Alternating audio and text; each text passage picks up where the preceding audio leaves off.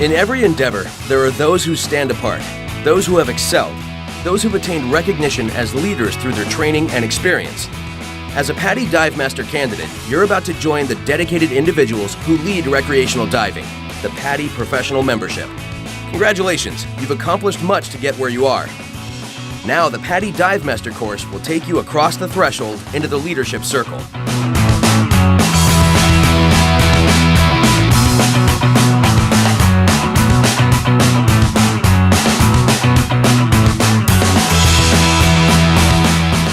The PADI Dive Master course is a significant commitment for both you and your instructor.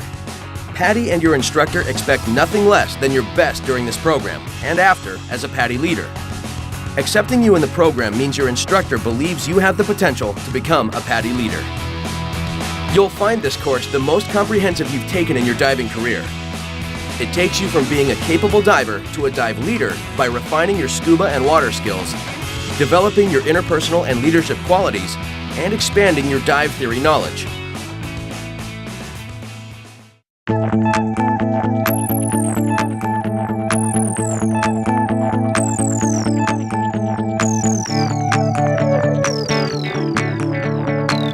Let's start by asking what makes someone a PADI Dive Master.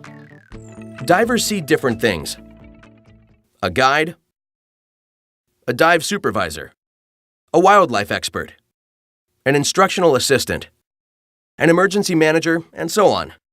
These are clearly parts of being a dive master. But you can sum it up by saying a dive master has two broad characteristics: professionalism and role model behavior.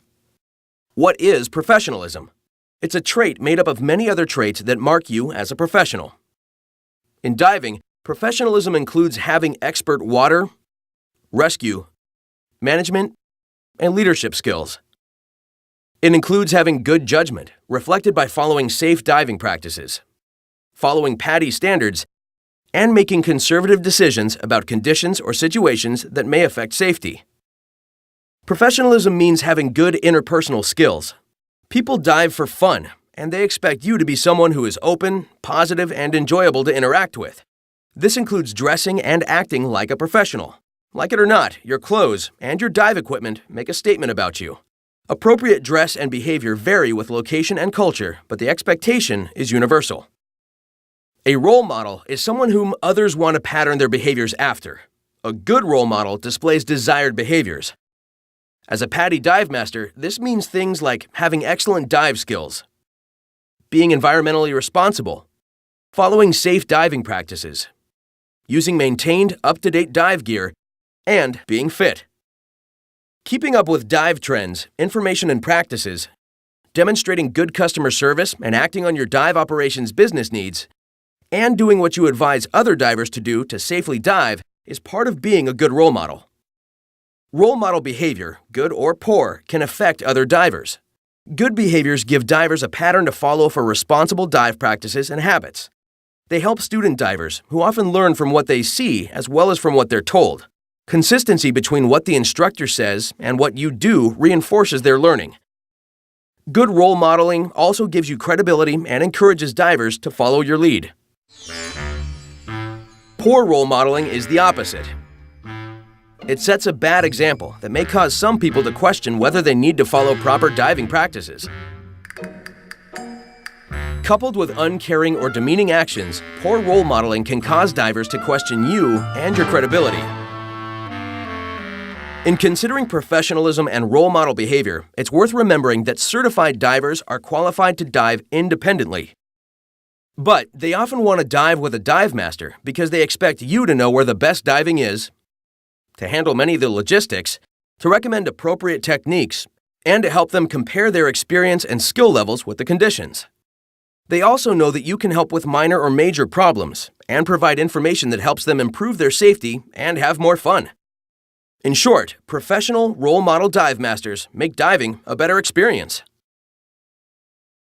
As a PADI Dive Master, you are a PADI member, part of the world's largest diver training organization. Your membership in PADI comes with benefits and with responsibilities. Benefits of PADI membership come from the support you get from the international PADI offices. The offices develop, maintain, and promote the world's most popular diver training programs. and provides you with consultation in implementing these programs. As a PADI Dive Master, you receive pro-level communications including the Undersea Journal, training bulletins, newsletters, industry alerts, and access to the pros site at PADI.com. PADI offices help you access affordable professional liability insurances and provide numerous business benefits for dive operations. Your credential as a PADI Dive Master qualifies you to lead certified divers and assist PADI instructors. It allows you to conduct some PADI programs independently, and it's a required step toward becoming a PADI open water scuba instructor yourself. Becoming a PADI member has responsibilities, beginning with a commitment to adhere to the Code of Practice and the standards relating to your duties as a PADI Dive Master. The Code of Practice lists specifics related to prioritizing safety, interacting with divers and students, your relationship with other PADI members and the dive industry in general, and common honesty and conduct. Your instructor will review these with you in the PADI Instructor Manual.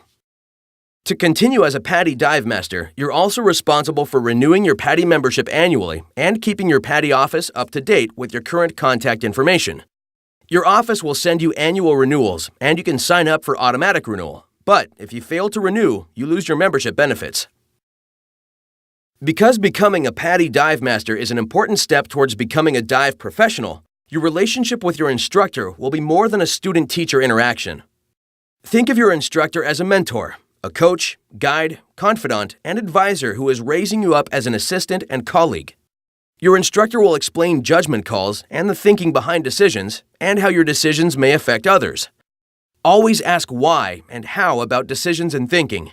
Explaining these is the heart of a mentor-protege relationship. As a PADI Dive Master, you're expected to be a dive expert, someone who is capable of solving relatively complex problems and providing answers within a field. One reason experts solve problems more effectively than non-experts is they have a broad knowledge base to draw upon. Therefore, you want a considerable dive theory base and experience to draw upon to solve problems and provide answers to diver questions. You'll start developing these as part of this course, but it never ends. You should be seeking more knowledge and experience throughout your diving career. A dive reference library is part of developing and continuing your expertise. It gives you a place to look up information, refresh what you've learned, and study changes.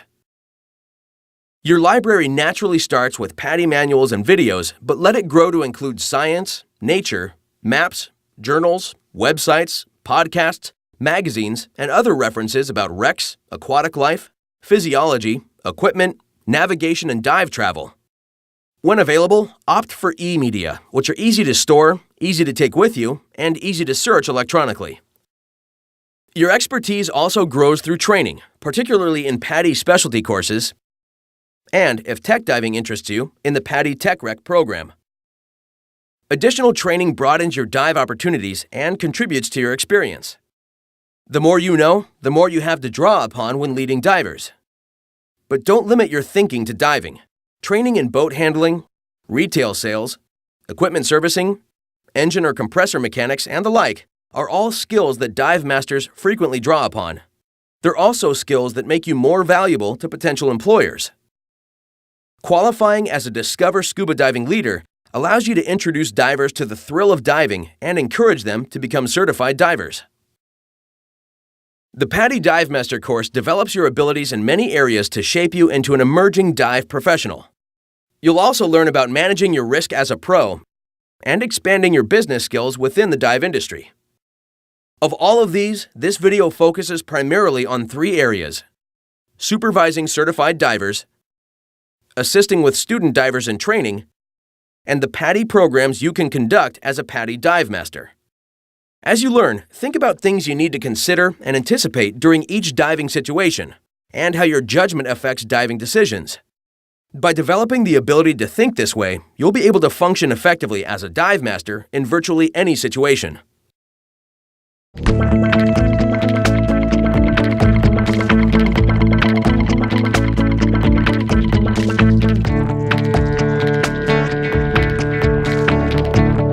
In many areas, but especially in resort environments, the most common dive master responsibility is supervising certified divers. Certified divers are qualified to plan their own dives and dive independently.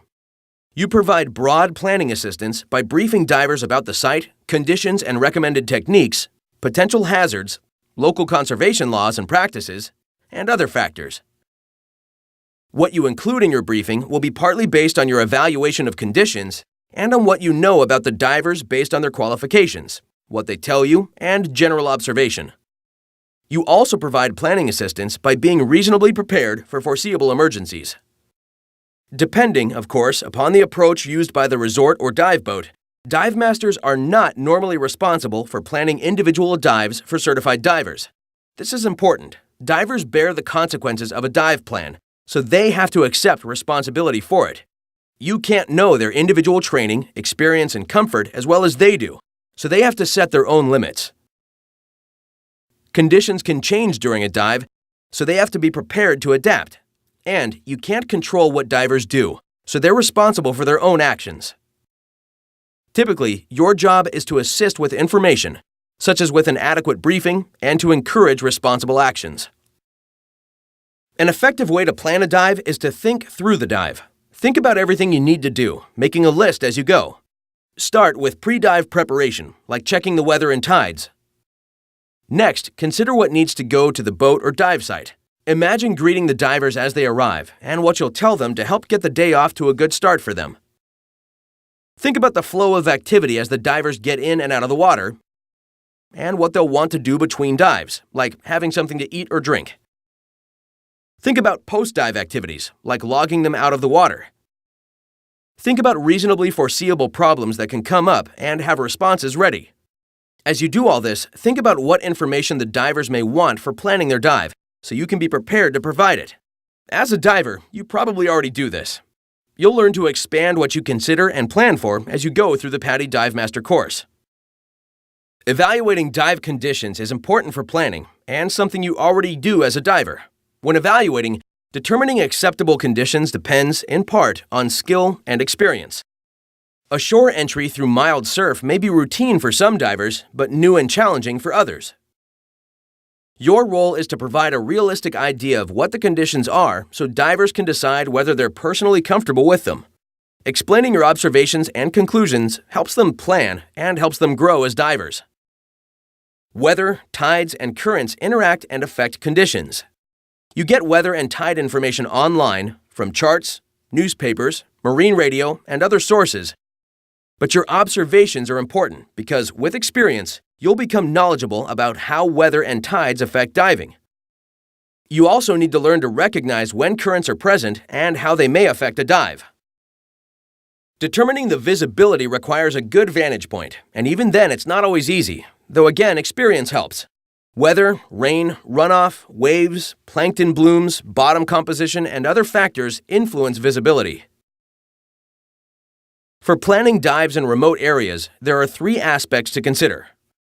First, prepare and plan for more extensive logistics: cylinder fills, food, sleeping arrangements, and so on. Second, you may be a long way from help, so plan for several hours of medical supplies should they be needed.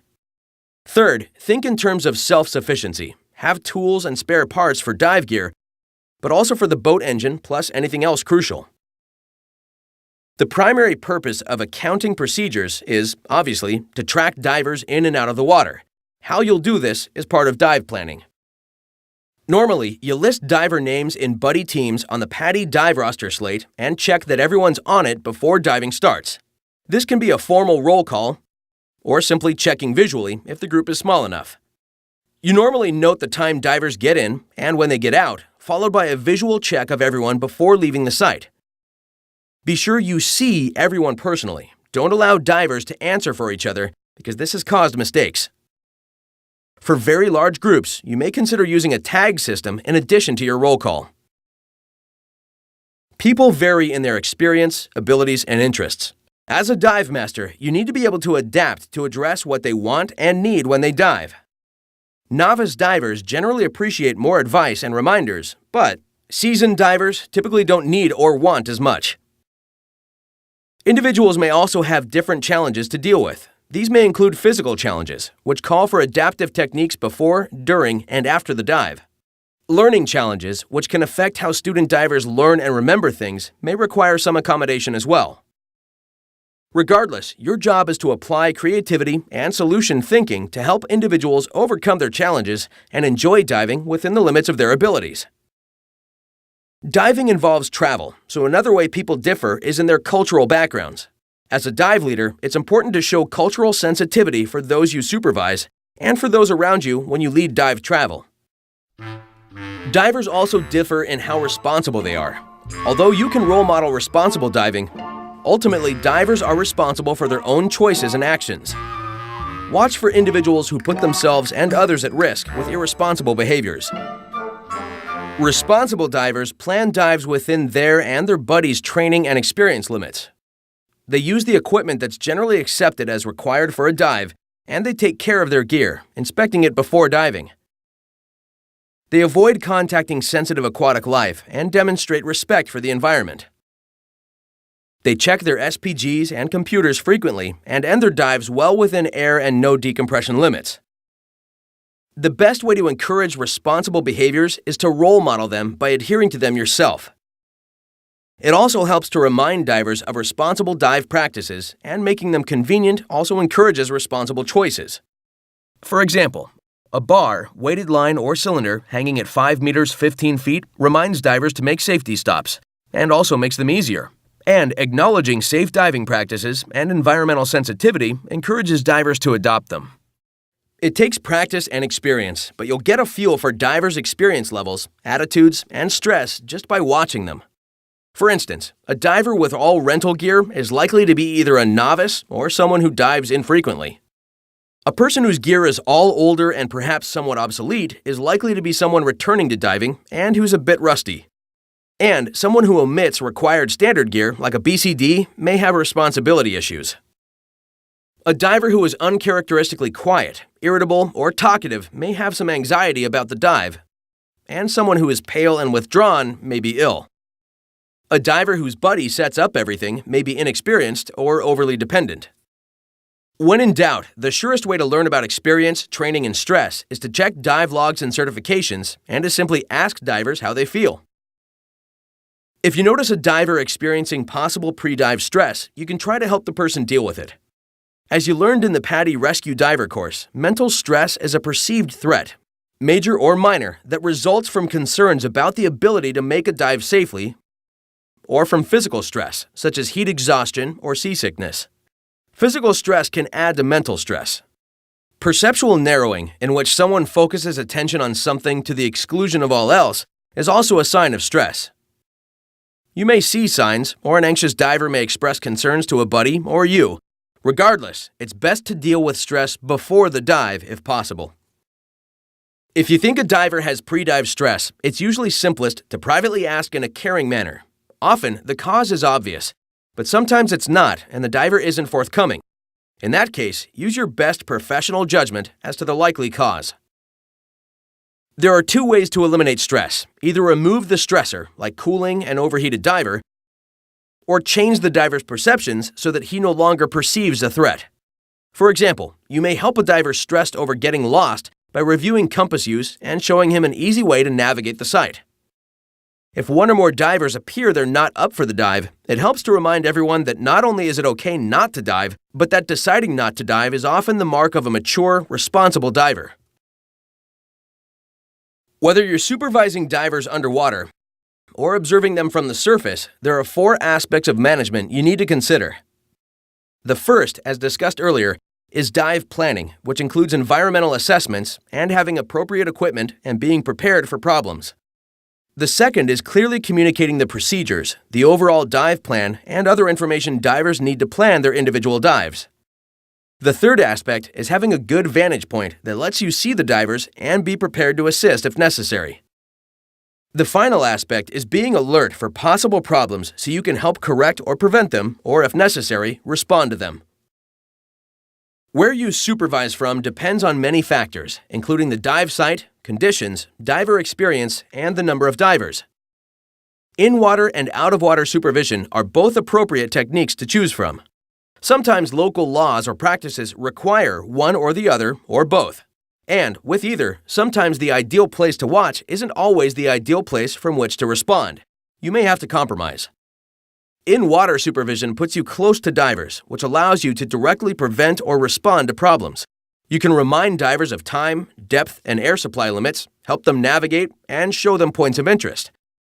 The primary drawback is that you can only really watch one group, so in-water supervision isn't typically suited to multiple groups or buddy teams diving independently. Out-of-water supervision is generally used to effectively supervise multiple groups or buddy teams. When supervising from the boat or shore, you're ready to deploy emergency equipment should it be needed. And you can offer more options for different divers with different interests, experience, or training. The primary drawbacks are that you can't help remind divers of their responsibilities nor personally lead them to points of interest. Regardless of which technique is most appropriate for the circumstances, make sure you have emergency and response equipment on hand, and the divers know where you'll be and what your role will be during the dive. Let's look at equipment that may be helpful when supervising divers. Beyond having emergency equipment accessible and ready to go, a clipboard and roster are handy for checking divers in and out of the water. Binoculars help with out-of-water supervision, and dive site maps are useful during dive briefings. You'll use a well-stocked toolbox and a kit with spare parts and accessories a lot. Now let's look at the specifics of a dive briefing. There are 10 points you generally cover. First, give the dive site name, if it has one, followed by a site description. Explain what your role will be and how to recognize you underwater, if appropriate.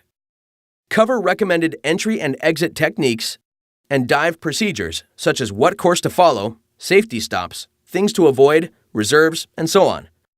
Go over emergency protocols, which typically include diver recall procedures, special local emergency procedures, and reminders about buddy separation, low air, out of air procedures, and so on. You may want to review signals and remind buddy teams to do the same. Check the roster list for everyone's name and that everyone has a buddy. Remind divers to make a pre-dive safety check after they plan their individual team dives. Finally, give them an environmental orientation with specific suggestions on responsible interactions with the environment, such as what sensitive organisms to watch out for, damage or actions that they should report, and how to support local conservation efforts. The environmental orientation helps divers to know what to expect. Those who are already familiar with local diving benefit from reminders. Generally, describe the visibility, bottom contour and composition, interesting or potentially hazardous organisms, and local techniques. Remind divers to minimize incidental contact through streamlining, proper weighting and buoyancy, and staying well away from fragile organisms. An easy way to cover responsible interaction is to go over Project Aware's 10 ways a diver can protect the underwater environment. On REX, ask divers to respect underwater cultural artifacts. That is, look, don't touch. As a PADI dive master, you're a problem solver. Good problem solvers are people with a lot of subject knowledge, specialized skills, and ample experience. They also have the equipment that they may need for solving problems. As a PADI pro, you broadly prepare to handle problems by gaining dive experience and by continuing your training. Accumulating tools, emergency equipment, and other gear gives you some of the resources you need, and whenever you face a problem that's new to you, pay attention to how you solve it so you're prepared to handle the same or a similar problem in the future. Judgment is part of solving and preventing problems, and a regular part of supervising divers. It is making a good decision when you don't have complete information or have information that doesn't give you obvious direction. Evaluating conditions and whether or not to dive, recommending techniques to use, choosing a vantage point for supervising, and picking the best solution to problems are all examples of applying judgment. You develop good judgment by working with professionals, mentors like your instructor, who share the thinking behind their decisions. You develop it with experience and continued training. When having to make a call, err to the conservative. Be cautious not to let emotion or disappointment influence decision-making. Although problems differ, basic problem-solving steps are the same. The gear exchange exercise you'll complete during the course is a problem-solving exercise created with this in mind. Giving conscious thought to the steps of problem-solving can help you guide your thinking and reach a solution faster. First, identify the problem precisely. Sometimes this alone takes you directly to a solution. Then, inventory your resources. What can you use to address the problem? From those, create possible solutions and choose the one that looks the best. If it doesn't work out, assess and revise the situation to come up with another approach. The most urgent and serious problem any diver can face is a dive accident. As you learned in the PADI Rescue Diver course, your role in handling the situation will depend upon the circumstances. As a PADI Dive Master supervising certified divers, you may be the most qualified diver and manage the scene, assisted by PADI rescue divers and other qualified people. In situations with a more qualified person present, such as a PADI instructor, that person may manage, assisted by you and other qualified divers.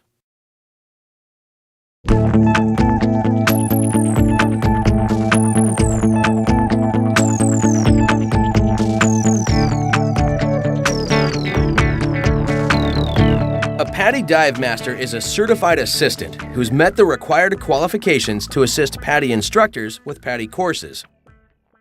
Assisting a PADI instructor builds upon the skills you use supervising certified divers, making you part of the instructional team and a role model who student divers pattern themselves after.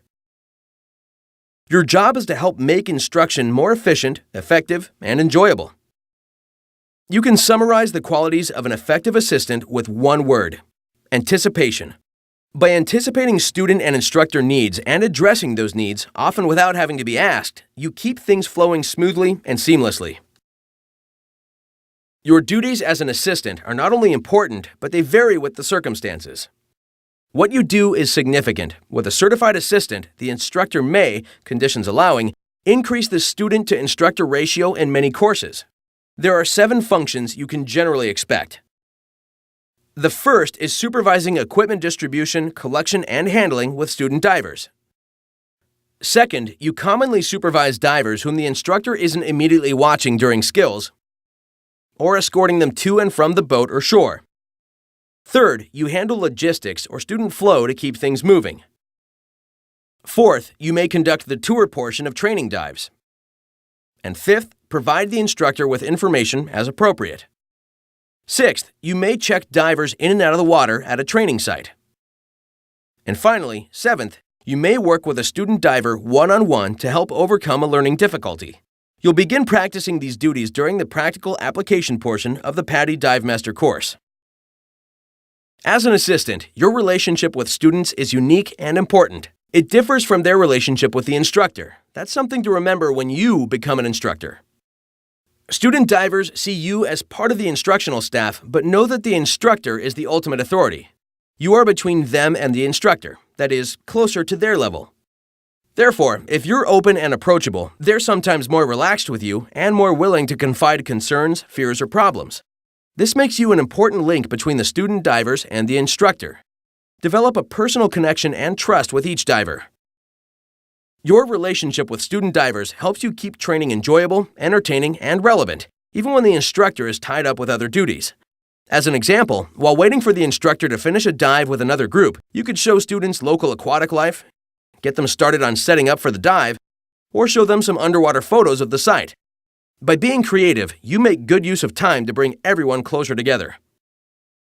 Particularly with open water diver students, as instructional assistant, you spend a lot of time helping the instructor maintain control. You do this by watching students the instructor's not immediately working with, and by helping direct where students go after they take turns practicing skills. Your position relative to the instructor and the class is important. You want to be where you can communicate easily with the instructor and where you can keep an eye on the entire group. You want to be where you can quickly provide assistance, and because new divers sometimes have a limited awareness of their surroundings, you want to be located where you can provide guidance. You're likely to see different class arrangements depending upon the training level, environment, and instructor preference. But let's look at 2 of the most common. In the first, student divers form a semicircle with the instructor in front. This usually puts you opposite the instructor, behind the students. The instructor moves from student to conduct skills. This arrangement makes it easy for you to see the entire group. You're reasonably close to everyone, and you can communicate easily with the instructor. The main downside is student divers can't see you and need to turn around to get your attention. The second common arrangement lines up students with the instructor at one end and you at the other. Students swim to you as they complete their turn, and the line moves down. With this arrangement, you can see the instructor and the students can see you. The drawback is you're relatively far from students at the other end of the line, though the instructor is there. This arrangement isn't as common in open water because all the divers moving tends to stir up silt. There are variations on these and other arrangements. With all, the key is to maintain communication with the instructor so you can help with the logistics and be ready to assist with handling problems. Control sometimes calls for making direct physical contact with a student. You may do this to provide reassurance, to prevent an inappropriate response or buoyancy problem, to help control a descent or ascent, or to help steady a student practicing a skill when there's mild water movement. Although direct contact may be both appropriate and necessary, it deserves sensitivity. Commonly, you don't need continuous direct contact. Just remain close enough to make contact if it's required. When contact is required, be sensitive to cultural perceptions of personal space and appropriate contact between people, especially of opposite gender. Generally, holding the BCD at the shoulder or low and on the outside provides control without causing unintended offense. It helps if the briefing reminds students that direct contact may be needed for safety or control and how it's made. With a student practicing a skill under your supervision, use a contact method that does not interfere or provide unintended help. If contact is a normal part of skill practice, make the contact the same way the instructor does. This particularly applies to the controlled emergency swimming ascent in confined water. Swim slightly ahead of the student so you can see exhalation bubbles, but enough to the side so you don't interfere with the student's kicks while holding the BCD. This simulates the instructor's position during open water practice. Your logistical functions as an assistant at the surface vary, but are important because they affect safety, control, and course effectiveness. These functions may include equipment logistics, such as loading class gear or filling cylinders.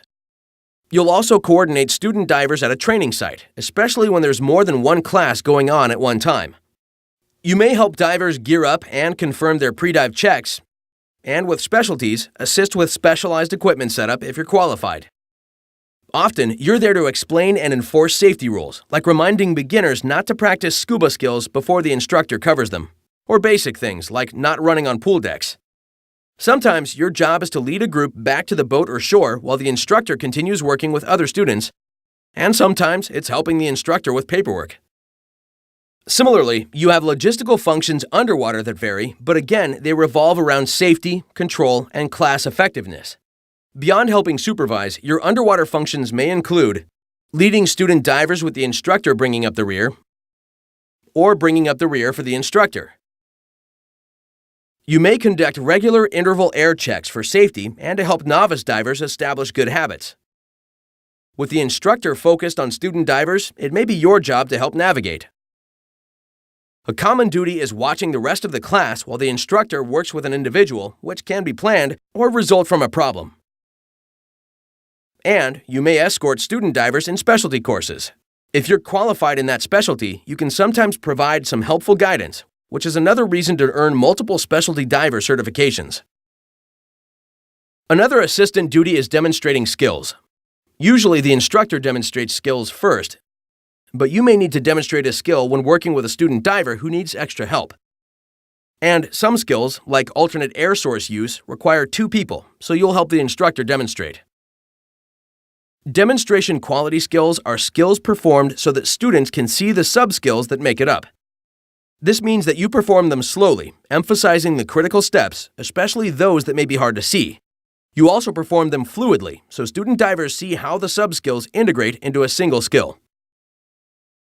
You may also repeat the demonstration if it's necessary to give a better view of a sub-skill, or if there's more than one student diver, to assure they all see the demonstration clearly. Student divers can even benefit from a repeat after they've practiced the skill a time or two. To raise your skill level to demonstration quality, you can start by watching role model demonstrations on PADI videos. But the main thing is to get in the water and practice, ideally with your instructor there to guide and mentor you. Practice the 24 basic scuba diving and skin diving skills from the Open Water Diver course. They're on the skill evaluation slate until you can do them smoothly, fluidly, and without hesitation. Then, thinking about the individual sub-steps, slow down and emphasize each one. As a PADI Dive Master supervising certified divers, one of your roles is problem solver. It's no different when you're assisting with divers in training. You'll see some of the same problems, as well as ones specific to the training environment. Helping a student who's having a problem learning a skill takes patience, but it's very rewarding. And it's experience that will help you when you become a PADI instructor. Start by re-demonstrating the skill. With one-on-one attention and prior practice, the student may see something he missed earlier.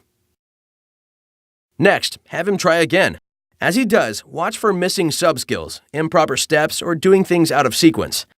If the student's not successful, and you're in shallow water, you can explain what you saw him do wrong. Then, re-demonstrate the skill, emphasizing what to do and not do. In water in which it's too deep to stand, and if you can demonstrate the correction, go straight to the demonstration. Guide each try and repeat your demonstration. If necessary and appropriate to the skill, it may help to have the diver practice sub-skills individually if he's still having difficulty mastering the entire skill. Once he succeeds, have him repeat the skill to reinforce it and build confidence. Then let the instructor know the student's ready for performance assessment. Another duty you may have as an instructional assistant is helping student divers with differing physical abilities. These can range from conditions like paraplegia to anyone whose physical condition is limited compared to a typical adult, which can include children. When the challenge is primarily related to strength, be ready to assist with entries and exits. Proper equipment fit is also important. Regardless of what the cause is for challenges, work with the instructor to help steady or lift divers entering and exiting the water. Use proper lifting techniques and don't try to lift more than you can handle safely. Sometimes, you may think that divers with physical challenges can't meet the performance requirements for certification. A good example is the deep water entry. How could divers with paraplegia perform an entry-level skill like a giant stride? The answer is that they don't have to. Performance requirements give the required objective, not a required technique. The objective is to enter the water safely using an appropriate technique, which can be something other than a giant stride. By focusing on what student divers can do instead of what they can't, the instructor and you can guide them to apply adaptive, alternative techniques that meet the objective. In this example, if the diver ends up in the water safely, gear in place, and ready to dive, does it matter whether he got in using a giant stride, sitting back roll, or controlled seated entry? Of course not. Remember that one of the many benefits you have as a PADI member is the educational consultants at your PADI office. If you have any questions about working with divers who have physical challenges or any other questions about PADI programs, educational consultants can help you with advice and recommendation. When working with youngsters, be sure to review the Youth Leader's Commitment in the PADI Instructor Manual and refer to the Child Protection Guidelines on the PADI Pro site at PADI.com. These guidelines also apply to working with vulnerable adults.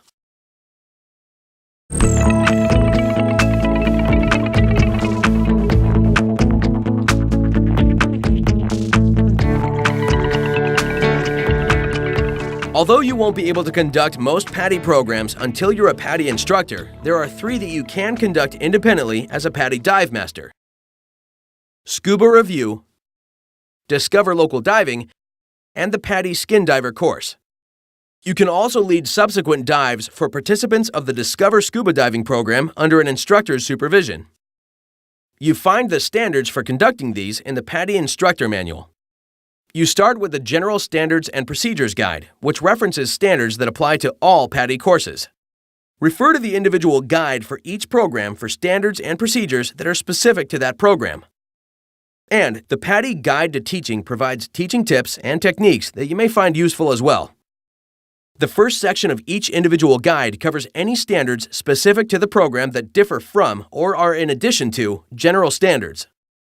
The second section covers knowledge development, which can include student independent study, reviews, PADI e-learning, or classroom presentations. The third section covers confined water training, if any, and the final section goes over the open water portion of the program. PADI's Guide to Teaching covers teaching techniques and approaches for meeting standards, and each program has distinct instructional tools available. The PADI Scuba Review program is for certified divers who haven't been diving in a while. It allows them to refresh and update their dive safety knowledge through independent study and review and polish their skills in the water with you. Consult Section 1 of the Scuba Review Instructor Guide for minimum age, paperwork, and medical clearance requirements for certified divers. You download the most current versions of required forms from the PROS site at PADI.com. There are several independent study options for completing the knowledge review portion. The preferred options are Scuba Tune-Up Online and the Scuba Tune-Up Guidebook. Either provides guided study with review. Participants discuss any remaining questions with you. Another study option is for divers to review a recent edition of the PADI Open Water Diver Manual, then take the Open Water Diver final exam. You can take up to 10 divers into confined water for skills practice. The performance requirements for the 20 skills you review are in Section 3 of the Scuba Review Instructor Guide. The skill evaluation slate lists the skills and makes it easy to record participant performances. After participants complete the knowledge and skills reviews, you provide them with Scuba Review decals for their certification cards. It's common to note the review in their logbooks with your signature. And this is a good opportunity to invite divers to join you in a Discover Local Diving experience, which we'll look at next. Discover Local Diving is a supervised underwater tour for certified divers. Divers come to you for Discover Local Diving to learn the ins and outs of the local dive environment if they're new to it, for orientations to new dive sites, and sometimes to learn more about sites they've already visited. You can conduct the Discover Local Diving program at any dive site appropriate for recreational diving with your focus on aquatic life, the features and hazards found there, and local diving procedures and techniques. As discussed before, in Section 1 of the Instructor Guide, you'll find participant requirements. But because Discover Local Diving participants are certified divers and there's no training involved, you determine the appropriate number of divers based on their comfort, the environment, conditions, and logistics. Safety is always the primary concern, but also make sure participants enjoy themselves. See the Discover Local Diving Instructor Guide for general considerations, but the program includes a briefing, tour, and debriefing, each emphasizing the characteristics of the local environment and dive site. You'll also sign participants' logbooks. The PADI Skin Diver course is open to individuals who are not certified divers, though you may get some scuba divers who want to learn more about breath hold diving. As noted in the Skin Diver Course Instructor Guide, students as young as 8 may participate. See Section 1 of the guide for all requirements. You may take as many as 16 student divers into confined water for skills training assessment. You can cover the course knowledge development detailed in Section 2 in either waterside briefings or formal classroom presentations. In general, you cover equipment, the environment, aquatic life interactions, skin diving techniques, and problem solving, with the flexibility to adapt to the audience level. Section 3 lists the 16 course performance requirements, which you'll demonstrate for skin divers and guide their practice in confined water. Take your time and work with divers individually, so they master each skill, gain confidence, and have fun in the process. Open water training is optional in the Skin Diver course, but it's a good idea because it adds value to the course and it gives the student divers a chance to see what diving is all about, the fun and excitement of exploring the underwater world. Also, keep in mind that some people don't want to skin dive, they just want to snorkel. That is, you may supervise people who just want to stay on or near the surface and enjoy the underwater sights in the shallows. They're not interested in learning to make surface dives or other skin diving skills. Beyond teaching them some basics so they have fun and stay safe, don't try to train these people like you would skin diver students. You certify students as PADI skin divers after they meet all the performance requirements by completing PIC online or sending in a completed PIC envelope. Discover Scuba Diving allows non-divers to try scuba diving in a confined water or open water supervised experience. The goal is for them to have an enjoyable, controlled dive that gets them excited and encourages them to continue their training as PADI open water divers.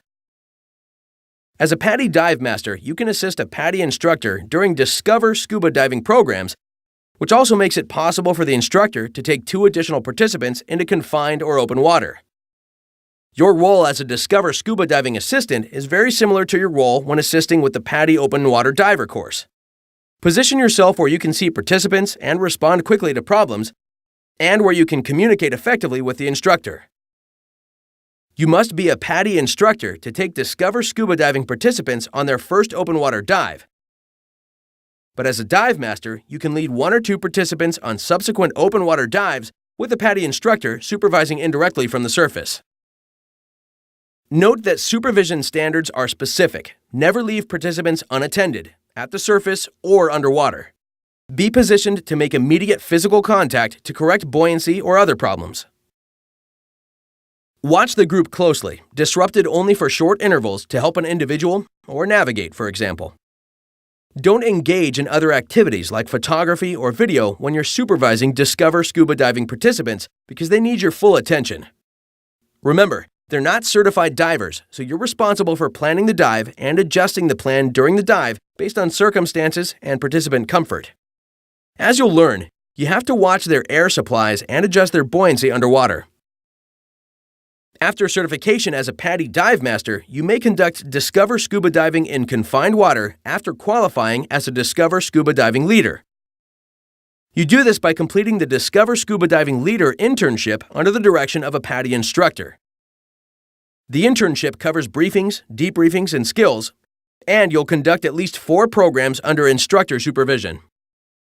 During the PADI Dive Master course workshops, you'll practice supervising Discover Scuba Diving participants. Your instructor will guide you in effective positioning and following the program standards.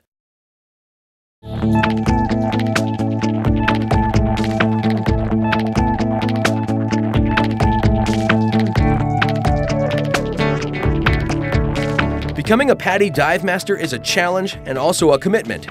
It means dedicating yourself to improving your skills as a diver and your knowledge of dive theory.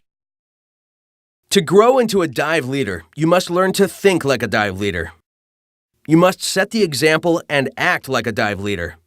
And you must continue to learn so you continue to grow as a leader. When you successfully complete the PADI Dive Master course, you become a PADI member, part of the PADI family, with benefits and obligations. As a PADI member, your actions and conduct reflect, to a degree, on all PADI members everywhere. Becoming a PADI Dive Master is a commitment to representing the PADI organization well in everything you do. But big commitments yield big rewards. Reaching the PADI Dive Master level opens the door to a full or part-time profession in recreational diving. You may find immediate opportunities to assist with PADI courses and run scuba review, discover local diving, and other Dive Master conducted programs. Your next career step is either becoming a PADI assistant instructor or taking a full instructor development course, followed by the instructor examination, which takes you to PADI Open Water Scuba Instructor. Becoming a PADI instructor is not only rewarding, but there are more opportunities for PADI instructors than for any other professional rating in diving.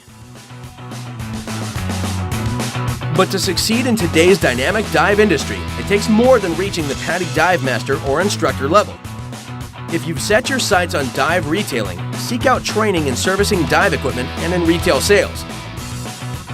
If you're thinking about working for a resort dive operation, compressor repair, engine repair, boat handling, and similar skills can widen your career choices. The successful modern dive master is not just a dive master. Beyond this, diving itself consists of taking a growing number of specialties and tech diving. More than ever, success as a dive professional means being trained and familiar in a wide variety of these activities. And finding the activities that you're passionate about and pursuing them is the secret to staying enthusiastic about diving, even when you do it nearly every day. Now, as you start down the road to PADI Dive Master, on behalf of the global PADI family, welcome aboard and welcome to the ranks of diving's leaders. We wish you the best success in becoming a PADI Dive Master and wherever your dive career may take you.